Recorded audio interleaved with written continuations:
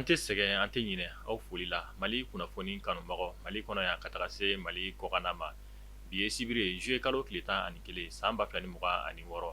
o yɔrɔ la an bɛ foli kɛrɛnkɛrɛnnen ta ka ɲɛsin salihu sisogo ma ale sigiyɔrɔ bɛnnen don kanada jamana ma ni maa caman bɛ a wele ustazi la mali kunnafoni kanubagaba don an ka foli ni waliɲumandɔn o bɛ yan fɔ a yɔrɔ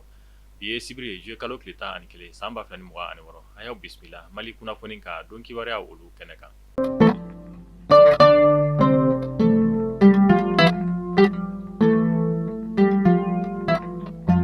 An ka bi kunnafoniya gale o bɛ tali kɛ mali ni alizeri cɛ lahalaya olu kan ni aw hakili b'a la k'a fɔ a bɛ san kelen bɔɲɔgɔnbɔ fɛn min ye mali jamana ni alizeri kɔni tuntala ka ɲɔgɔn kan fɔ ka sababuya kɛ alizeri jamana ye an ka pankurun kelenna bila min bɔ ka bi mali ni alizeri dancɛ dugu la ni o ye drone ye k'a ta wagati kana bila sisan furukufuruku kɔni fanga tun ka bon mali ni alizeri ni ɲɔgɔn cɛ min sen fɛ an ka jamana kɔni ye an ka lasigiden minnu bɛ alizeri jamana kɔnɔ k'o wele ka na mali kɔnɔna na o cogo kelen fana na alizeri jamana fana y'a ka lasigiden minnu bɛ mali kɔnɔ k'o wele ka taga alizeri faba ale kɔnɔna na min sen fɛ pankuru siran kɔni tun tigɛlen don mali ale ni alizeri ni ɲɔgɔn cɛ ni o ye aviation aérienne kɔni tun tɛ mali ni alizeri ni ɲɔgɔn cɛ fo kana bila an bɛ wagati min na ko sisan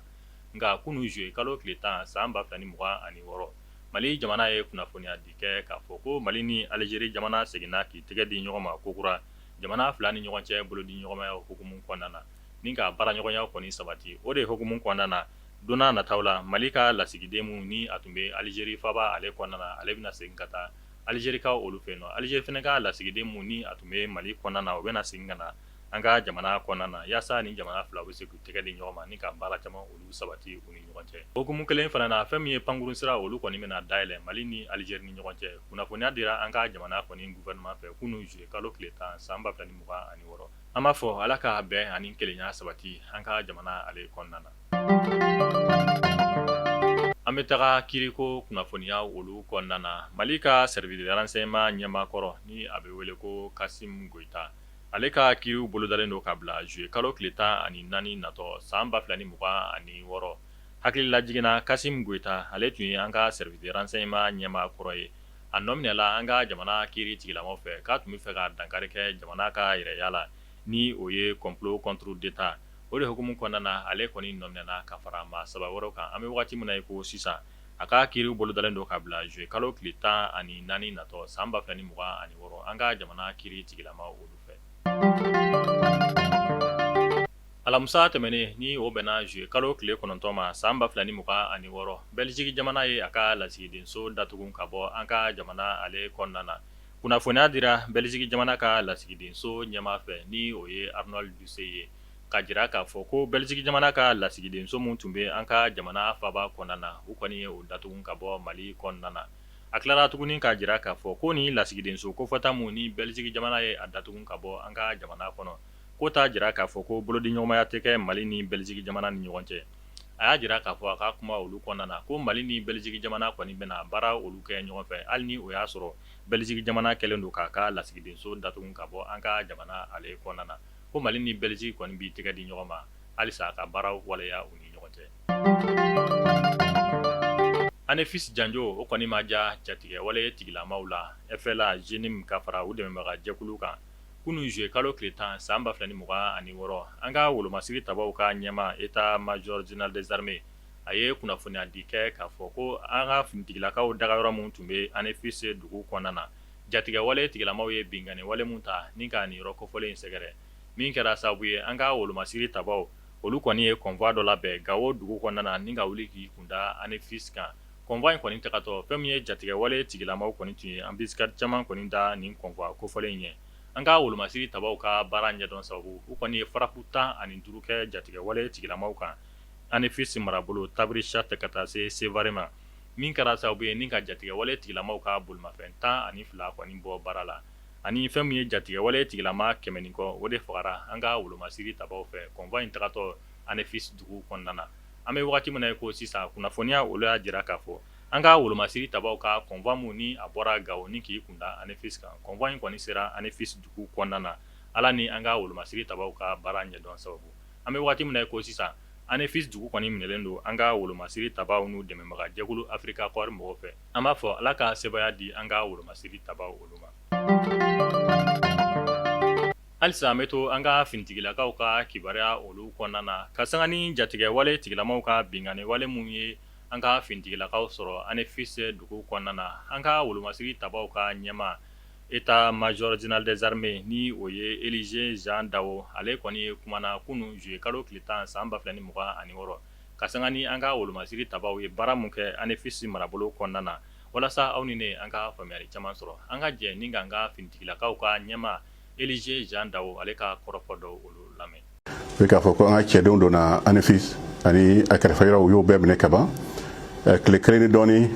donc u y'o kɛ kɛlɛ la jugu fɛ ani u ye se sɔrɔ donc u don ko ANEFIS a kɔrɔ bɛɛ tun tɛ k'a fɔ ko u ka na dɛmɛ don an ka mɔgɔ minnu tun datugulen don yen o dɔrɔn tun t'a kɔrɔ ni a kɔrɔba ye nka a kɔrɔ wɛrɛ tun ye min ye ni i bɛ a jateminɛ i b'a dɔn k'a fɔ ko a bɛ dɔgɔkun damadɔ bɔ an tun ye Kidali dugu ani Tesali dugu bila parce que an y'a kɔlɔsi tuma kɔnɔ n'an wulila mɔgɔ jugu kama u bɛ dogo de u bɛ dogo n'u ka minɛnw ye ani u taaraw tun ka ca ani a tun ka gɛlɛn an ye walasa an ka se ka u kɛlɛ nka le fait que an y'a to u gɛrɛla ANEFIS la kosɛbɛ an ye Kidali dugu bila u miirila k'a fɔ ko o ye fɛlɛ ye u fɛ min b'a jira k'a fɔ ko se t'an ye donc an bɛ ɲini ka bɔnɛ ni dugu fila ninnu na donc u nana ka caya ANEFIS da la donc o tun ye an ka ko labɛnnen dɔ fana ye o y'a to an sera ka fɛrɛ o ma kosɛbɛ o la bi n bɛ se k'a fɔ ko ANEFIS kɔni a b'an bolo sira si t'a la ani fana ani a kɛrɛfɛ yɔrɔw bɛ an ka mɔgɔw bɛ yaala yaala la a yɔrɔw bɛɛ la donc u ye dɛmɛ don banabaatɔw la ani u nana ni balo ye ka di mɔgɔw fana ma ye. Mali jamana bɛna finitigila ka bolofara kura dɔ sigi sen kan mun ka baara bɛ ɲɛsin k'an ka dugu jukɔrɔ nafolo k'olu lakana an ka jamana kɔnɔna na ni a bɛ wele ko brigade spéciale des mines walasa aw ni ne an ka faamuyali caman sɔrɔ an ka minisiri mun ka baara ɲɛsin bɛ an ka dugu jukɔrɔ nafolo koɲɛw sabatili ma Amadu Keita an ka jɛ ni k'ale ka kɔrɔfɔ dɔ olu lamɛn. Jamana bɛ baara o baara kɛ musaka de bɛ don a la o musaka ninnu bi an jigi b'a kan ko caman bɛ sɔrɔ dugu nafoloko la a dɔw de kɛlen bɛ k'u ka baara bila u ŋanamunin ma u ka taa baara kɛ yɔrɔ la u man ka kɛ yɔrɔ min na u b'a bɔ yɔrɔ la u man ka bɔ yɔrɔ min na ou bien u b'a bɔ k'a sɔrɔ sɛbɛn t'u bolo brigade in sigira k'o de bɛɛ kɛlɛ o tuma la a bɛna baara kɛ mun ni mun kan minnu bɛ taa dugu nafolow bɔ yɔrɔ la u man ka bɔ yɔrɔ min na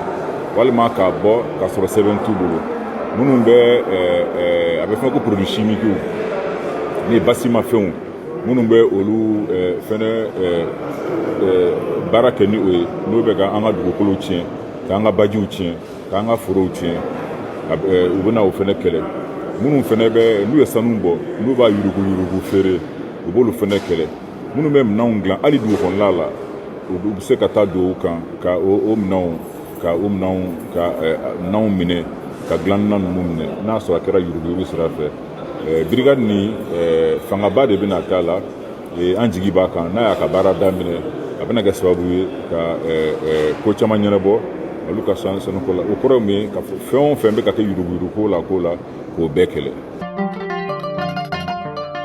Juma juillet kalo tile 10 san 2026 an ka wolomasiri tabaw kɔni ye fɛn min ye citerne 901 sɛnsɛn ka don an ka jamana faaba ale kɔnɔna na sɔgɔma nɛgɛ kanɲɛ 5 wagati kunnafoniya olu y'a jira k'a fɔ nin ye a siɲɛ fɔlɔ ye an ka jamana kɔnɔna na tajita mobili citerne 901 olu bɛɛ lajɛlen ka don ɲɔgɔn fɛ an ka jamana kɔnɔ ala ni an ka wolomasiri tabaw ka cɛsiri sababu wagati tɛmɛnenw na fɛn min ye bamaci wale tigiramakulu kɔni tun y'a jira k'a fɔ ko taji kɔni tɛ don an ka jamana kɔnɔ nka an bɛ wagati min na ko sisan a bɛ komi bamaci wale tigilamaw kɔni ɲinɛna u ka kumakan ninnu kɔ ala ni an ka wolomasiri tabaw ka cɛsiri sababu taji kɔni b'a la ka don an ka jamana kɔnɔna na cogo min a bɛ ka don ten an b'a fɔ ala ka sebaya di an ka wolomasiri tabaw ma jamana ale basigili sira fɛ.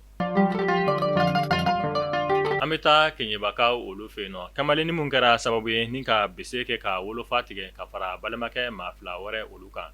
min sen fɛ a balimakɛ mun ni o si bɛ san 19 na ale kɔni bɔnɛna ni la a ka banali da o sen fɛ kunnafoniya olu y'a jira k'a fɔ ko Keɲeba finitigilakaw kɔni ye tɛgɛ da kɛ nin kamalenni kofɔta in kan a tun b'a la ka boli ka bɔ an ka jamana kɔnɔna na ka ala ni Keɲeba finitigilakaw ka wuli ka jɔ sababu u kɔni ye tɛgɛ da kɛ nin kamalenni kofɔta in kan an bɛ wagati min na ko sisan a bɛ na bila kiiri tigilamaw ka bolo kan ani ɲangeni mun ka kan o bɛ taa a kan. An ka wolomasiri tabaw ka kɛlɛbolo fara mun ni a bɛ wele ko opération dugukoloko o unité min bɛ yen ni a bɛ wele ko groupement tactique interarmes GTA ka fara groupement tactique d'intervention GTI olu ka formation bannen kɔfɛ olu kɔni ye jɔnjɔn sɔrɔ étendard ni o ye drapeau di kɛ ka bɔ an ka finitigilakaw ka ɲɛmaa yɔrɔ général de division Jean Élisée Dao ale yɔrɔ kɛnɛ mun kan an ka finitigilaka ɲɛmaa caman tun bɛ nin kɛnɛ kofɔlen in kɔnɔna na min senfɛ an ka finitigilakaw ka ɲɛmaa général de division Jean Élisée Dao a ye tasibila kɛ ka ɲɛsin an ka wolomasiri taba minnu bira jamana ko kɛlɛ la fo ka taa se an ka finitigilaka gansan maaw ma ni o ye civil olu ye baara ninnu bɛɛ lajɛlen waliyara MINUSMA kankɔrɔ ale kɔnɔna na senu ka olu fɛ nɔ sisan ni a tɔgɔ yɛlɛmana ka kɛ k'an da siri ye an b'a fɔ ala ka an ka jamana basigi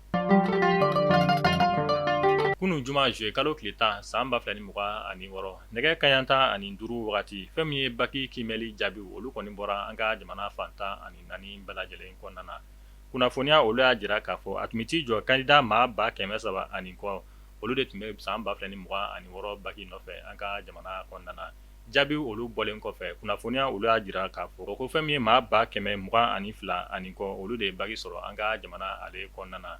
kɛmɛ sara la fɛn min ye maa 34 murumuru 23 olu de ye garijɛgɛ donna baki la ɲinan san 2026 minnu ye baki sɔrɔ an b'a fɔ ala ka ɲɛtaga o sabati minnu b'a sɔrɔ u k'u cɛsiri san nataw la u bɛ se ka baki sɔrɔ cogo min na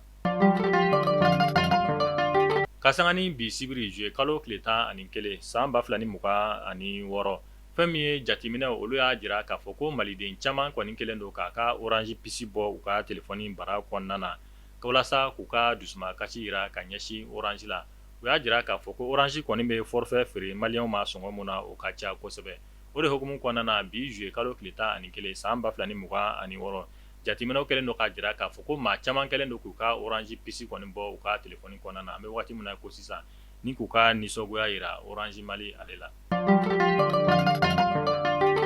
a y'a fɔ ko tare k'a sababuya kɛ aw ye fɛn min laɲini tunga lafiya fɛ a ye o waleyaw ye tunga lafiya ale ka programme kura ni o ye logement sociaux ye i sigilen bɛ Mali kɔnɔ walima i sigilen bɛ jamana ale kɔ kan i sen bɛ se ka ye tunga lafiya ka nin logement sociaux ye ale la i dan ye dɔrɔn i ka kɛ sarata baara la tunga lafiya ka nin logement sociaux ye a bɛna kɛ Banankɔrɔni Kabala ale ni Jalakɔrɔbugu n'i b'a fɛ i sen ka ye a la numéro de téléphone ta i ka message bila WhatsApp kan i tɔgɔ ni jamu ka o bila n'i ka dossier tɛmɛna dɔrɔn tunga lafiya b'i ka so jɔ k'a ban pewu k'a clé d'i ma i bɛ tunga lafiya ka wari sara ye dɔɔni dɔɔni ni madame Sisoko Zenab Tezaga Sanogo tɛ jɔn de bɛ se ka nin kɛ aw ye tunga lafiya ale nana maliyɛndenw lafiyali ni tungarankew olu lafiyali kama soko la maliyɛn kelen so kelen ba Maliba ale kɔnɔna la an bɛ taa AES ale kunnafoniya olu kɔnɔna na AES jamana ɲɛmaa ni o ye capitaine Ibrahim Traoré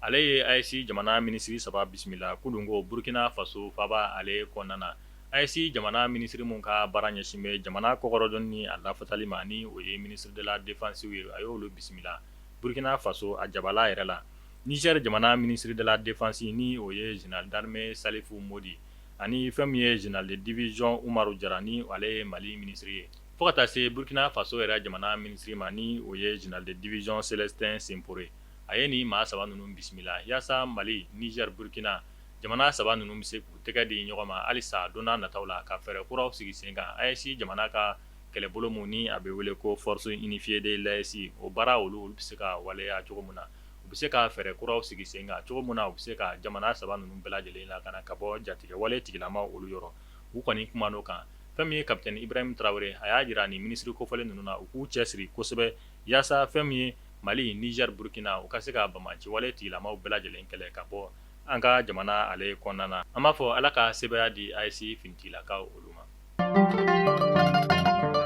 n bɛ taa Espagne ka olu fɛ yen nɔ tasuma kasara o kɛra sababu ye ni ka hectare 2000 ani kɔ o de jeni Espagne jamana ale kɔnɔna na ka fara funteni bɔ kan Europe jamana olu kɔnɔna na fɛn min ye tasuma kasara o kɔni b'a la ka tiɲɛli kɛ fɛn min ye Faransi ka fara Espagne kan kunnafoniya olu y'a jira k'a fɔ ko hectare 2000 ani kɔ o de jenina Espagne jamana kɔnɔna na maa 12 bɔɲɔgɔnko olu bɔnɛna u ni na nin tasuma kasara in yɛrɛ senfɛ Espagne dugu ale kɔnɔna na